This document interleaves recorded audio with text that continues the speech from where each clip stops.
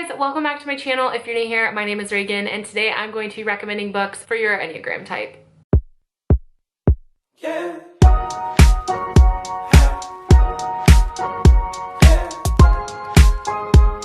So if you don't know what the Enneagram is, I'm going to enlighten you today. The Enneagram is one of my favorite things to research. I am obsessed with all things Enneagram numbers, Enneagram types. It's so interesting to me. I love to know my friends' Enneagrams so that I can love them well. So I'm gonna kind of give you guys a little bit of a description for each Enneagram number as I give you guys the recommendations. So that way you can kind of figure out what kind of Enneagram type you are. If you already know your Enneagram type number, that's awesome, amazing. I am actually a type 8 with, I believe, balanced wings. I think before I used to be a wing 7, but now I think I'm a little bit more of a balanced wing with a wing 7 and a wing 9, but I am primarily type 8.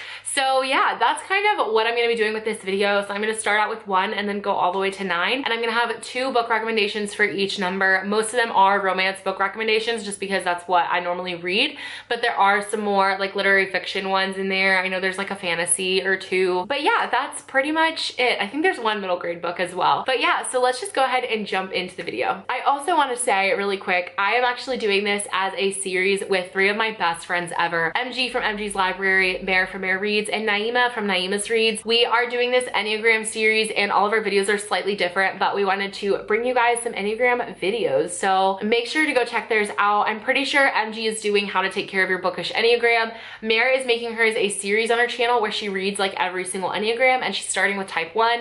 And then Nayema did a reading vlog of reading like her Enneagram, which is a type 4, and she used the book recommendations that I used in this video. So she actually took my recommendations. So if you want to see how accurate that is to her Enneagram type, make sure to check out her video as well. And yeah, that is all the information you guys need to know about the Enneagram series. And don't forget to go watch the videos and like them because they're amazing and I love them.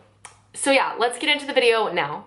Also, I just want to say that I am not an expert in any way. These are completely my opinions and just everything that I cooked up in my brain. So don't take this for like anything that it isn't. Like, this is really just me thinking about the different Enneagram types and recommending books for that. So I obviously don't know everything there is to know about the different Enneagram types. So if I say something wrong, if I recommend something wrong, I'm just telling you right now that I probably am wrong because I don't know anything. So yeah, just want to let you guys know that. Also, if you don't know what your type is, I recommend going to take a test. I know that the Truity one is really cool because it gives you percentages, which is really awesome because I don't believe that everyone is singularly like one type. I think everyone has a little bit of each type in them, and so I like how Truity gives you that like percentage table, and it gives you like a little pie chart with how much of a percentage you are of each number, which I just think is really interesting, and that can also help you identify your wing. And then of course you can look at any other kind of website to take your test. You can take multiple tests. These are just going to be some book recommendations for that, and so let's go ahead and get started with type 1. So my favorite place to go to for resources, if you type in Enneagram 1 on Google, this first link that pops up, I don't even know if it's gonna focus, but it is the Enneagram Institute, and it has one for each number, and it really goes into depth about your number. So if you're interested in finding out more about your Enneagram number, I definitely recommend the Enneagram Institute. So the type 1, they grow to a 7 in times of growth, and they stress to a 4 in times of stress. So a type 1, the name of a type 1 is the reformer. And I'm just gonna give you guys like a little bit of a snippet for that number. So the basic fear of a type 1 is being corrupt or evil or defective. Okay, so they really are, they think that it's really, really important that things are right and they're done the right way, that kind of thing. Basic desire is to be good, to have integrity, and to be balanced. An Enneagram 1 with a 9 wing is called the idealist, and an Enneagram 1 with a 2 wing is called the advocate. Key motivations is they want to be right and they want to strive higher, to improve everything, and to be consistent with their ideals, to justify themselves or to be beyond criticism so as not to be condemned by anyone. So type 1s are really ethical. They're all about their morals. The way that I kind of believe it is that they are rule followers. They like to be really organized and things to be a certain way, and they really think that things should be a certain way, and a lot of times they can become a little bit meticulous. They have a a really strong sense of what's right and what's wrong. And so a lot of times they are teachers or advocates for change and that kind of thing, because they really do find things that are right and wrong like very important, and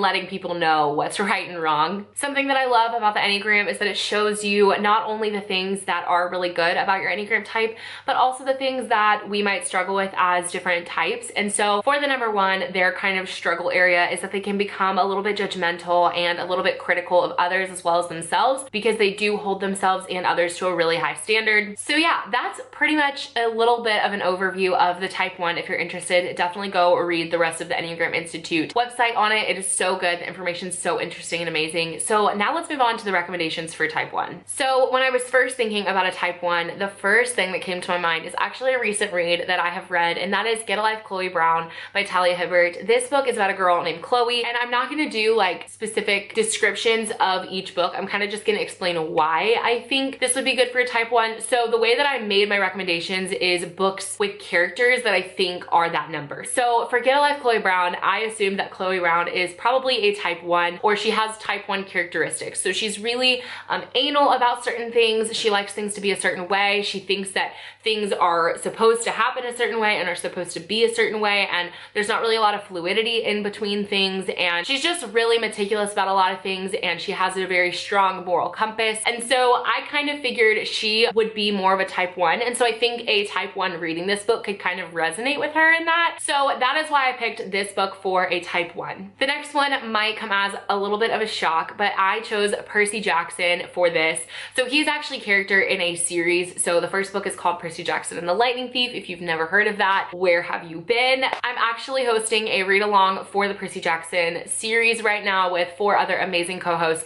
And so as I've been reading this, I've just been realizing that Percy has such a strong moral compass. The kind of moral of the story is that he is in this battle between good versus evil. And I think because that is such a huge underlying plot to the whole series and to the whole story, I figured it'd fit really well in with the Enneagram type 1, because that is where a lot of their motivations come from, is they ask themselves like, is this right or wrong, and that kind of thing. So I chose Percy Jackson for this one. He is just a character, but I figured maybe a type 1 could resonate with him and his choices as well. So those are the 2 recommendations that I have for the Enneagram type 1. So now we're moving on to type 2. Type 2 is a special number in my heart because my sister is a type 2, as well as a lot of my friends. A lot of my really, really close friends are type 2s. So I have done a lot of research on type 2s to see how I can love them better and just how they need to be cared for. So the type 2 is called the helper. They are caring, interpersonal type. They're generous, demonstrative, people-pleasing, and possessive. So a 2 in stress will go to an 8, and they will take bad characteristics from an 8. And then in growth, they will grow to a 4 and take the good characteristics from a 4. So the 2, like a little bit brief overview, they're empathetic, sincere, and warm-hearted. They're friendly, generous, and self-sacrificing, but they can also be sentimental, flattering, and people-pleasing, and they are well-meaning and driven to be close to others, but they can slip into doing things for others in order to be needed. So they typically have problems with possessiveness and with acknowledging their own needs, and at their best, they are unselfish, altruistic, and they have unconditional love for others. Their basic fear is of being unwanted or unworthy of being loved, and their basic desire is to feel loved. So an Enneagram 2 with a 1 wing is called the servant, and an Enneagram 2 with a 3 wing is called the host/hostess. So their key motivations is that they want to be loved and they want to express their love for others, but a lot of times it can turn into them doing things for others so that they can feel appreciated back. But at their core, 2s are just lovers. They just want to love you unconditionally, and they just want to best serve you and do what they can to help you. And if that means not eating or sleeping for a week in order to help you with something, they will do it. And a lot of times this can kind of become unhealthy, but at the core and at the best motivations, it really is very sweet. They do just want to love others and just help others the best that they can. So I love my 2s. I have so many of them in my life, so they are so important to me. I have 2 book recommendations again for this one, and of course they're 2 book recommendations from none other than Colleen Hoover. I honestly hate myself, but I'm gonna put them in here anyways. So I think Colleen Hoover actually writes a lot of books about twos. I just noticed that like trend while I was looking at the different books I wanted to recommend. So the first one that I want to recommend is It Ends With Us by Colleen Hoover. This is one of not my favorites by Colleen, but it is a very good book for what it is. I think the message behind it is beautiful, amazing. It's fantastic. You should probably read it. But anyways, this book is about a girl named Lily, and at the beginning of the book, we see her kind of entering into this relationship with a guy named Atlas, and he is from her past. So this is like the past point of view. So we're looking at her when she's a teenager, and she meets this guy named Atlas who is kind of homeless, and she starts like breaking her parents' rules in order to help him. So she starts inviting him into the house so that he can shower and he can eat and he can get some water and he can sleep and just have a little bit of company, because she knows that he's been like squatting in a nearby house and he just needs some help. And so her parents are like the local city council people, and so they're like held to a really high standard. And so if they knew that she was like associating with a homeless guy, they would be really upset, and that kind of comes into play later on in the story. But she really breaks so many rules for Atlas, and she does it because she just wants to care for him and love him better, because she knows that he's struggling, and she would literally risk getting in trouble just so that he can get a shower and eat some food. And it's honestly really precious. So I recommend this book for the type 2 because of Lily's character and the way she responds to Atlas at the beginning of the book. The next book recommendation I have for a 2 is Regretting You by Colleen Hoover, and this is a story about a mom and a daughter and their relationship while they are approaching something that is really hard and really heavy. And I appreciate this book so much because it really reflects a lot of things that have happened in my life and the things that have happened between me and my mom.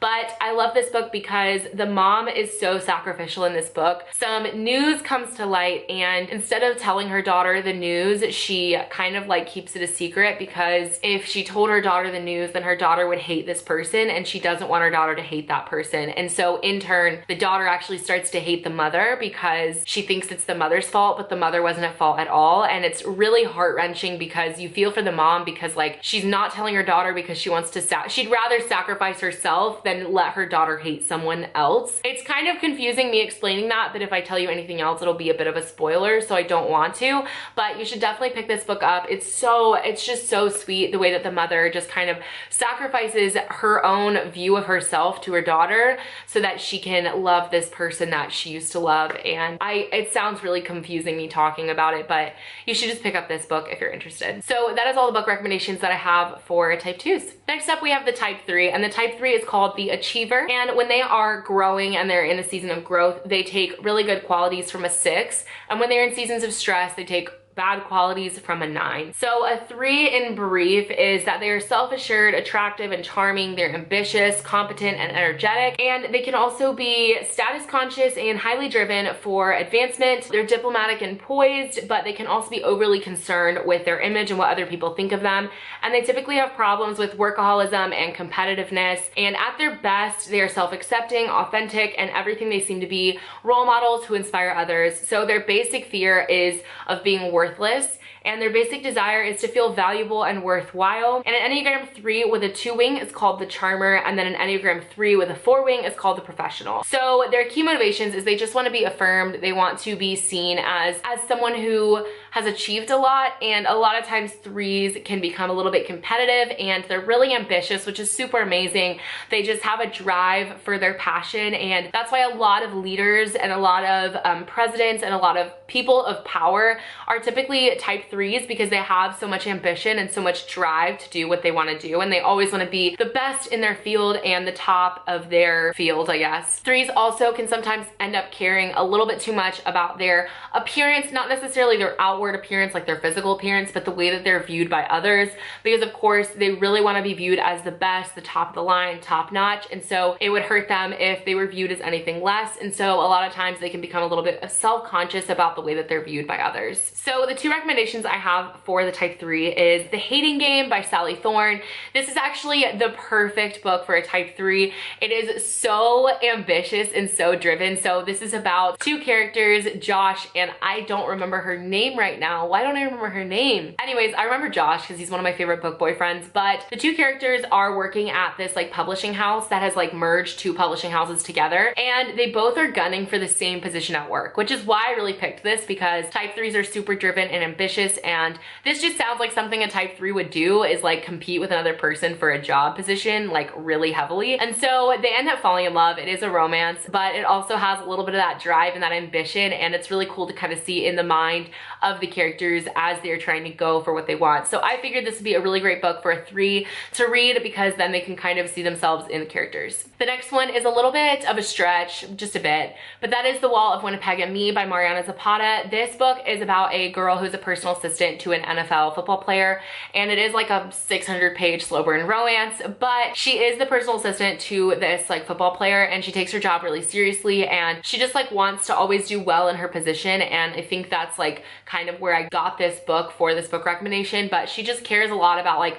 doing her job well and doing the best at her job, and she can be a little bit competitive too, which is why I kind of thought of her for a 3. So it is a little bit more of a stretch than The Hating Game, but I definitely think it could apply to a 3. So those are all the book recommendations I have for type 3. So the next number is the type 4. I love my type 4s. My brother is a type 4, and some of my other close friends are type 4s, so I love them with my whole heart. They're amazing people. So the type 4 is called the individualist, and in growth they grow and take really good qualities from a 1, and in stress they take negative characteristics from a 2. So a 4 in brief is that they are self-aware, sensitive, and reserved, and they're emotionally honest, they're creative and personal, but can also be a little bit moody and self-conscious. So they end up withholding themselves from others due to feeling vulnerable and defective, and they can also feel disdainful and exempt from ordinary ways of living. They typically have problems with melancholy, self-indulgence, and self-pity, but at their best, they're inspired and highly creative, and they're able to renew themselves and transform their experiences. So their basic fear is that they have no identity or personal significance. Their basic desire is to find themselves and their significance, so like to create an identity for themselves. And Enneagram 4 with a wing 3 is called the aristocrat, and then the Enneagram 4 with a 5 wing is called the bohemian. So their key motivations is that they want to express themselves in their individuality. They want to always be different, and they see themselves as different people, and they want to create and surround themselves with beauty to maintain certain moods and feelings, and they're all about kind of the aesthetic around them. So they tend to withdraw to protect their self-image and to take care of emotional needs before attending anything else. So the type 4 is one of my favorites. I think it's so interesting, but they just think that like they kind of see life a little bit more uniquely. From my brother's point of view, he says that he feels like he a lot of times feels things deeply and like more deeper than a lot of other people, and like a lot of emotions really hit him harder than most people would. And I think that has a lot to do with 4s finding themselves as individual and unique, and a lot of times they really are individualistic and unique because they are creators and they have a lot of ideas and they just think of things differently, and so it is very interesting to see it that way. But 4s ultimately feel like they see the world in a different way. They are all about like the human experience and just the emotions of just like everyday hurts, and I love that. I appreciate that so much in a 4. But basically they want to incite like emotion, and a lot of times like the smallest things will have meaning to them. So like my brother has drank this bourbon, and this bourbon on the tab, like on the ticket, has like an explanation of how it's come across the seas and across oceans, and it's traveled from different lands. And my brother thinks that's like the coolest thing, and he like finds it so emotional as he drinks this bourbon because again, he's a type 4, and so he finds meaning in literally everything. And I think that's so beautiful, and I think we need that as a community and as a world. But they do find meaning in literally the smallest things, and I love it. I'm so here for it. So the book recommendations that I have for a type 4 are, the first and foremost that came to my mind was Anxious People by Frederick Bachman. This book is absolutely amazing, and this book, I didn't recommend this book because I felt like it was based on a character who's a 4. I actually recommended this book because I think a 4 would really love this book. So this book is just really about the human experience and about a group of people who are in a crisis situation and how they are all dealing with it. And so at the beginning of the book, a bank robber runs into an open house apartment and basically shuts the door and is holding all these people hostage. So it's like a hostage situation, but that's literally not what the book is about, because what it's about is about all these different people that are in the apartment, diving into their lives and seeing like their everyday hurts. And I'm literally getting chills thinking about it right now, but just thinking about the things that that they struggle with on a daily basis and just like their lives. And like, it's so beautiful. And I think a 4 would be able to see that and be able to find meaning in that.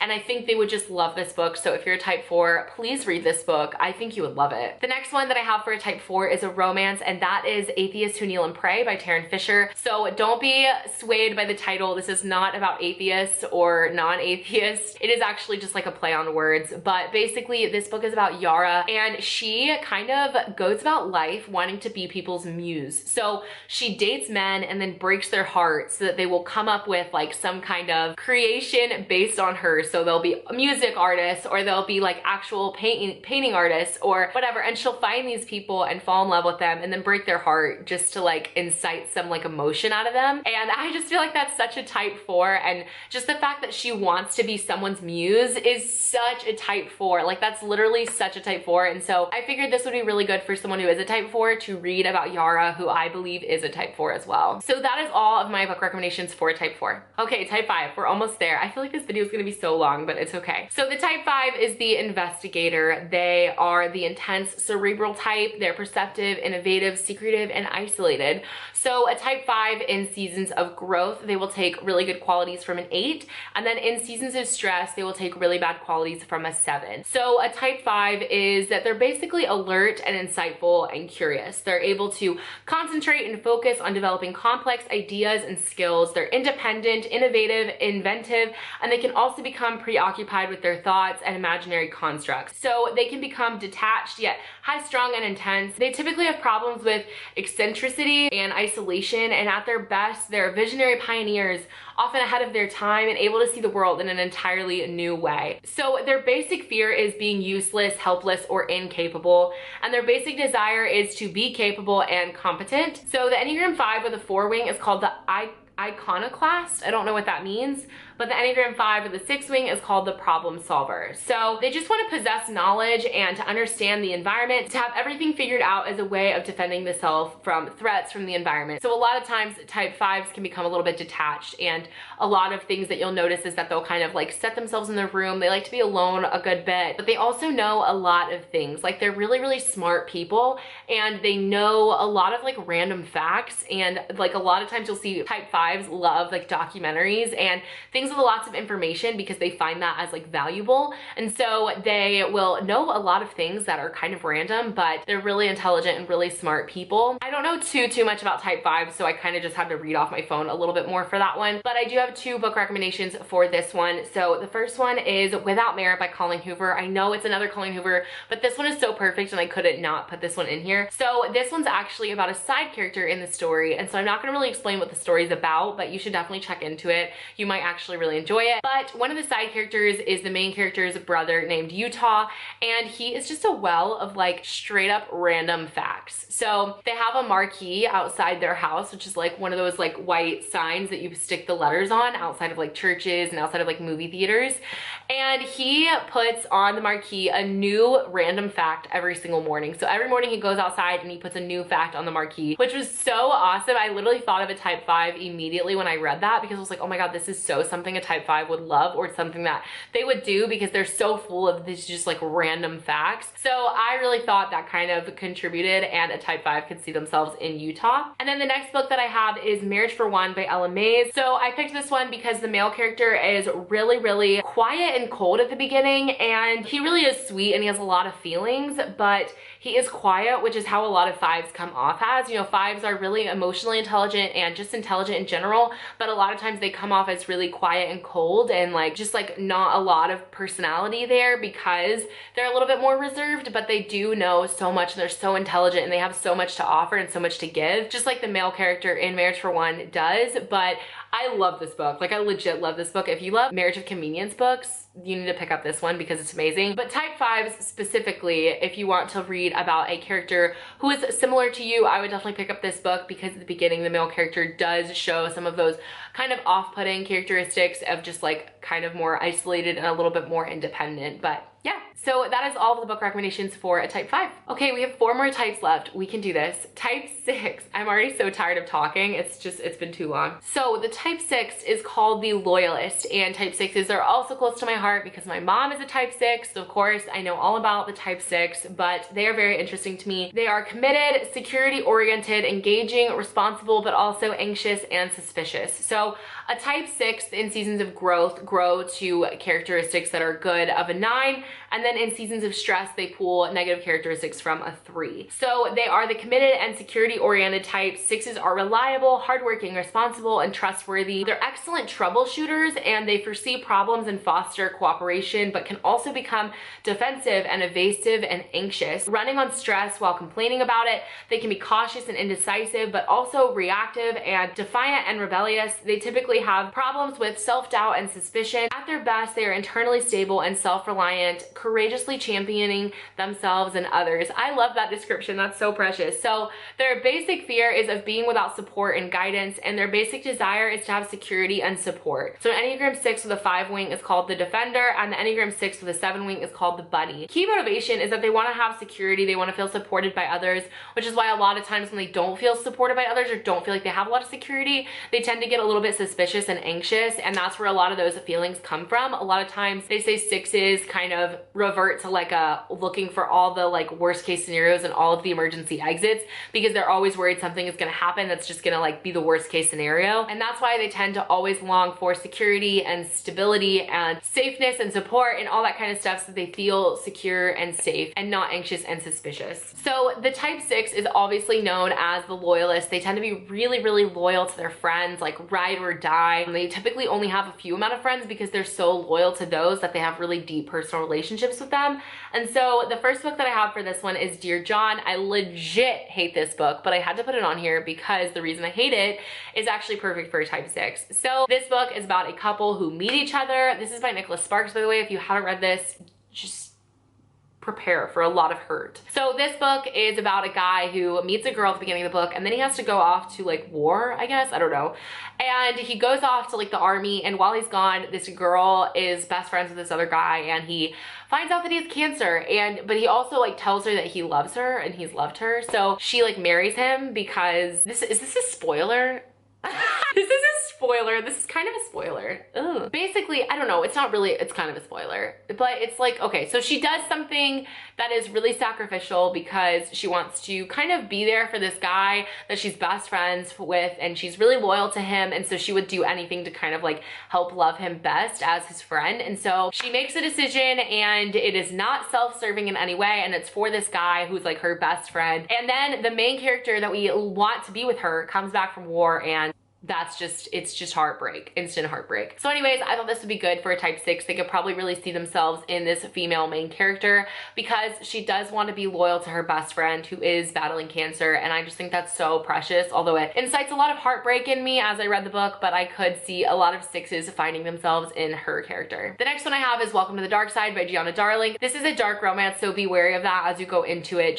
I wanted you guys to be aware that it is a dark romance, and it is a motorcycle club romance, so it deals with heavy themes, and there's like drugs and all that kind of stuff. But Welcome to the Dark Side, the reason I picked this is because the love interest like of the story gets like thrown into this motorcycle club where all of these men are like brothers, and she ends up becoming really, really, really close with them and almost like family. And I think it was more unique to this story. Like I think all the other stories that are in this series, all the female characters who get introduced to the motorcycle club, they love the brothers, but I don't think they love the brothers as much as the girl from Welcome to the Dark Side does. She just creates this like beautiful harmony of relationship with all these people, and she becomes so loyal to the brothers in the motorcycle club. So I absolutely love that, and I think a type 6 would definitely see themselves in her character. So those are the book recommendations I have for a type 6. So now moving on to the type 7. So the type 7 is called the enthusiast. They are busy, variety seeking, spontaneous, versatile, acquisitive, and scattered. So a 7 in seasons of stress takes negative qualities from a 1, and in seasons of growth book. They take good qualities from a 5, and they are extroverted, optimistic, versatile, and spontaneous, playful, high-spirited, and practical. They can also misapply their many talents, becoming overextended and scattered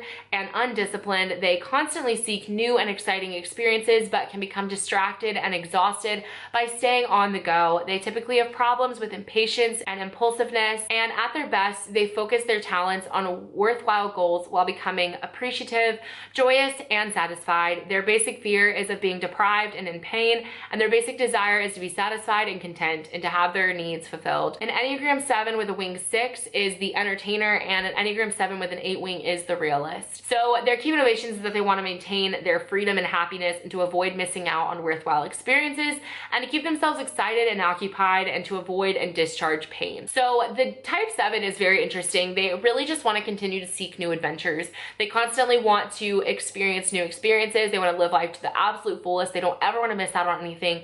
And so that tends to lead to a little bit of scatteredness and a little bit of being overextended. And so they end up kind of putting a little bit of themselves in each different pot and then realizing they don't have enough time to each commitment, but they do want to just continue to try new things. And so sometimes they can be really non-committal and try things and then quit and then try something new and then quit, and just like they just want to experience everything. And so they're really just like the super fun, energetic type, and I love that. So the book recommendations I have for this are 2 dark romances. So if you are not into those, I apologize. So for this one, I have Ecstasy by KV Rose. This is a really, really, really dark romance. So if you're not prepared for that, don't go into this one. But this one is about a girl who is in a really bad toxic relationship at the very beginning of the book. And we kind of see that throughout the book, and it's kind of intense, but she starts to fall for his roommate and it kind of begins this like love triangle. But that aside, the main character is really just wanting to experience everything she possibly can. She's kind of addicted to drugs, and she's been to rehab a couple times, but she's not in rehab anymore, but she's addicted to drugs. But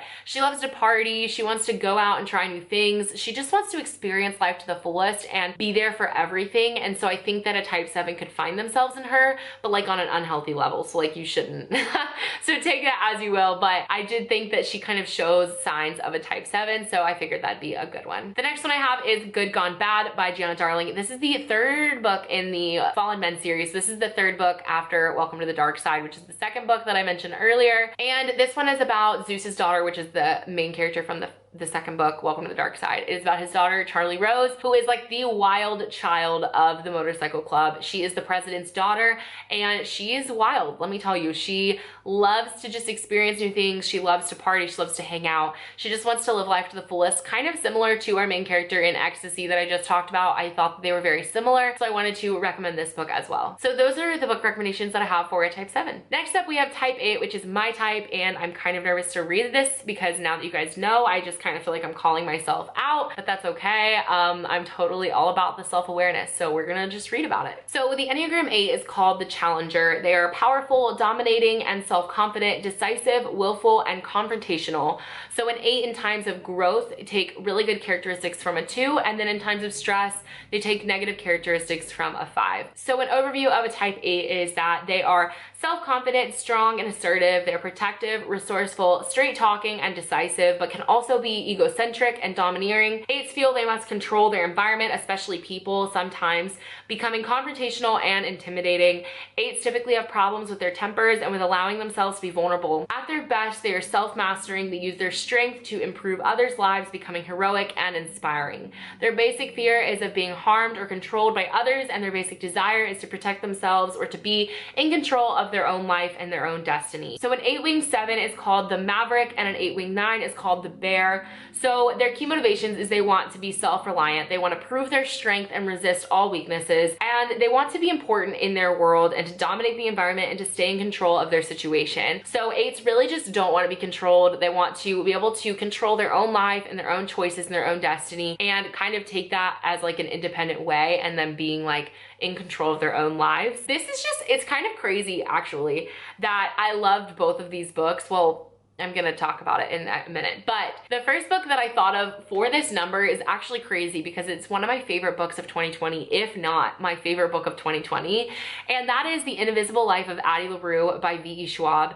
This book is about a girl who basically does not want to be married and tied down. The book takes place in the 1700s at the beginning. And she is basically like forced into marrying this man because like that's how women had to survive back then. And she makes a deal with the devil and he basically grants her eternity of life, like she doesn't ever die, but she'll never be remembered. And so she chooses it, not really knowing what the deal was, but she makes the deal and then realizes that's what she chose. But she didn't have to marry this man and be controlled by him, but everyone in her life forgot who she was, and she lives the rest of her life not being remembered by people. And it's really heartbreaking and really sad, but she ends up meeting a guy and a romance sparks and he knows who she is and he remembers her. So that's kind of where the story takes off. But her as a character, Addie LaRue, is just so, she does not want to be controlled. She does not want to be manipulated. She does not want to be tied down to anything. And you can see that at the beginning with the husband that she's like kind of being forced to marry, as well as the devil. As they continue to meet each other throughout the story, the conversation she's having is like she wants to fight back. She wants to do things her own way and control her own destiny,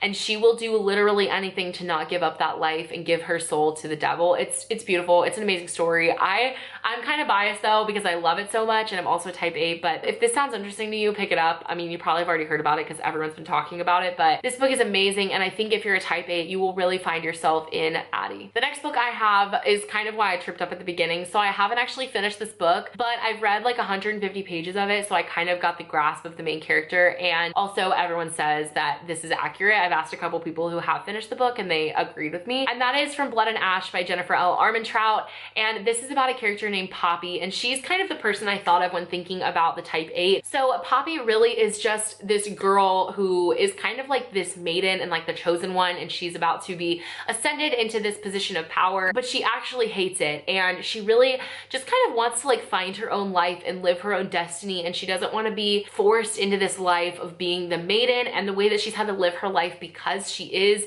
the chosen one and like the maiden, and she really hates that. And I think she really just wants to burst free of that and be in control of her own life because she's gone her whole life being controlled by others. And so I just thought that was perfect for a type 8. So those are the book recommendations I have for a type 8. Okay guys, we have finally made it to the last Enneagram type, and that is Enneagram type 9. So the Enneagram type 9 is called the peacemaker. They are easygoing, receptive, reassuring, agreeable, and complacent. So a 9 in seasons of growth take really good qualities from a 3, and then in seasons of stress they take really negative qualities from a 6. So in brief, 9s are accepting, trusting, and stable. They are usually creative, optimistic, and supportive, but can also be too willing to go along with others to keep the peace. They want everything to go smoothly and be without conflict, but they can also tend to be complacent and simplifying problems and minimizing anything upsetting. They typically have problems with inertia and stubbornness, but at their best they are indomitable and all-embracing, and they're able to bring people together and heal conflicts, which is so beautiful and so precious. So their basic fear is loss and separation, and their basic desire is to have inner stability or peace of mind.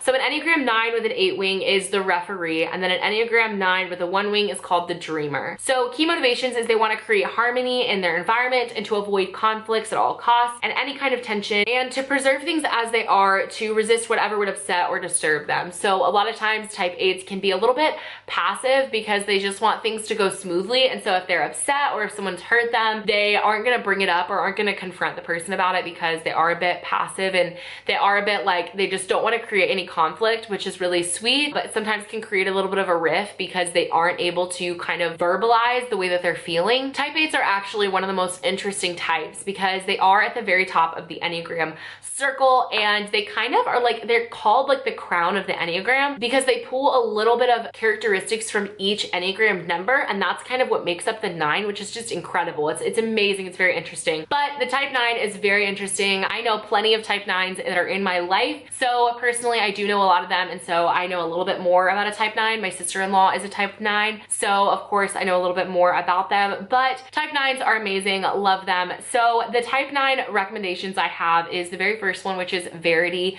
This one might be a little bit of a stretch, just a little bit, but that's okay. So Verity is by Colleen Hoover. This is the 4th Colleen Hoover book I've had on this, but it's just I've read all of her books, so it's kind of like I know a lot about them, and I've read a lot of them multiple times, so I know a lot about her characters. But in this book, we follow, I think her name's Lowen, and she ends up going to write, like ghost write for this woman. And I'm not gonna give you guys the whole plot, but she ends up finding like this manuscript for a book that the author that she's writing for wrote, and it's like in her office, and basically it's horrible stuff. Like it's really, really bad, talking about the family that she made with her husband and how it kind of was like all a lie, and like potentially like doing things like to her children that are like very psycho and evil and crazy. And so anyways, Lowen is just like reading this stuff, you guys, like reading this manuscript and not doing anything about it. She's kind of unsure if it's like real or if it's fake, but she's like living in this chick's house with her husband and her son, and the lady who's wrote the manuscript is like passed out in a bed because she's like immobile from the neck down. She got into like an accident. So anyways, she's just living in this chick's house with this writer's husband and son, and she's kind of like not talking about the fact that she found this manuscript, and she actually keeps it a secret. And it's kind of crazy, but I think the reason why is because she didn't want to bring up the conflict and didn't want to talk about something that would incite a lot of conflict between the man and his wife. And so she kind of just like passively goes through this life and not telling anyone about this manuscript that she found.